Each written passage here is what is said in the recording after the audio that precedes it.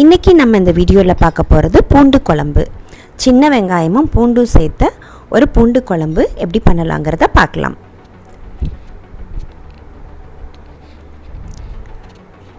Hi, welcome back to my channel Whisk and Wonder by Glory. இப்போ நான் இதுக்கு தேவையானது எல்லாம் எடுத்து வச்சுருக்கேன். என்னென்னு பார்க்கலாம். பூண்டும் சின்ன வெங்காயமும் கிட்டத்தட்ட ஈக்குவலாக இருக்கிற மாதிரி உரித்து வச்சுக்கலாம். இதுக்கு ஒரு தக்காளி, 2 பச்சை மிளகாய், கருவேப்பிலை, தாளிக்க கடுகு, வெந்தயம், அதுக்கப்புறம் மசாலா பொடி, காரத்துக்கு தேவையான மிளகாய்த்தூள், அதுக்கு டபுளாக மல்லித்தூள், கொஞ்சமாக மஞ்சள் தூள். இப்போ பச்சை மிளகாயை இந்த மாதிரி லைட்டாக ஸ்ப்ளிட் பண்ணி வச்சுக்கலாம். தக்காளியை சின்ன சின்னதாக கட் பண்ணி வச்சுக்கலாம்.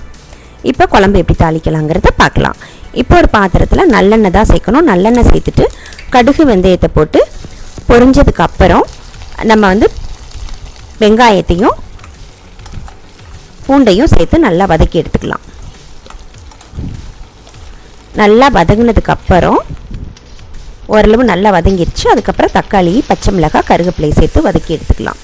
தக்காளியில் இருக்கிற தண்ணி சத்து போகிற வரையும் வதக்கணும். நான் எண்ணெய் கொஞ்சமாக தான் ஊற்றியிருக்கேன். இதுக்கு இன்னும் எண்ணெய் தாராளமாக ஊற்றினா நல்லா தொக்கு மாதிரி கிடைக்கும். இப்போ ஓரளவு இந்த மாதிரி வதங்கிருச்சு.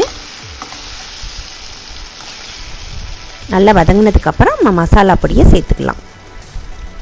எவ்வளோ வேணுமோ காரத்துக்கு மிளகாய்த்தூள் சேர்த்துட்டு அதுக்கு டபுளாக மல்லித்தூள் சேர்த்துக்கோங்க. இப்போ உப்பு சேர்த்துட்டு நல்லா எண்ணெயில் ஒரு வதக்கிட்டு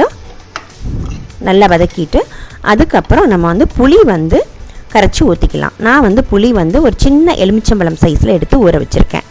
இப்போ இதை கரைச்சிட்டு வடிகட்டி ஊற்றிக்கலாம். அதுக்கப்புறம் நமக்கு எவ்வளோ குழம்பு வேணுமோ அவ்வளோவுக்கு தண்ணி ஊற்றிக்கலாம்.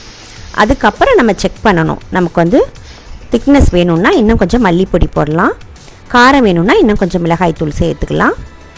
இப்போ எல்லாம் கரெக்டாக இருக்குது. ஒரு சின்ன துண்டு வெல்லம் சேர்த்துக்கிறேன். இப்போ அது விருப்பப்பட்டால் சேர்த்துக்கலாம். இப்போ நல்லா கொதிக்கட்டும். கொதித்ததுக்கப்புறம் பச்சை வாசனை போனதுக்கப்புறம் லோ ஃப்ளேமில் மூடி வச்சுட்டு நல்லா சிம்லேயே கொதிக்க விடலாம். இப்போ ஓரளவு நல்லா கொதிச்சிருச்சு. நான் எண்ணெய் கம்மியாக ஊற்றுனதுனால எண்ணெய் மேலே வெளியே வரல.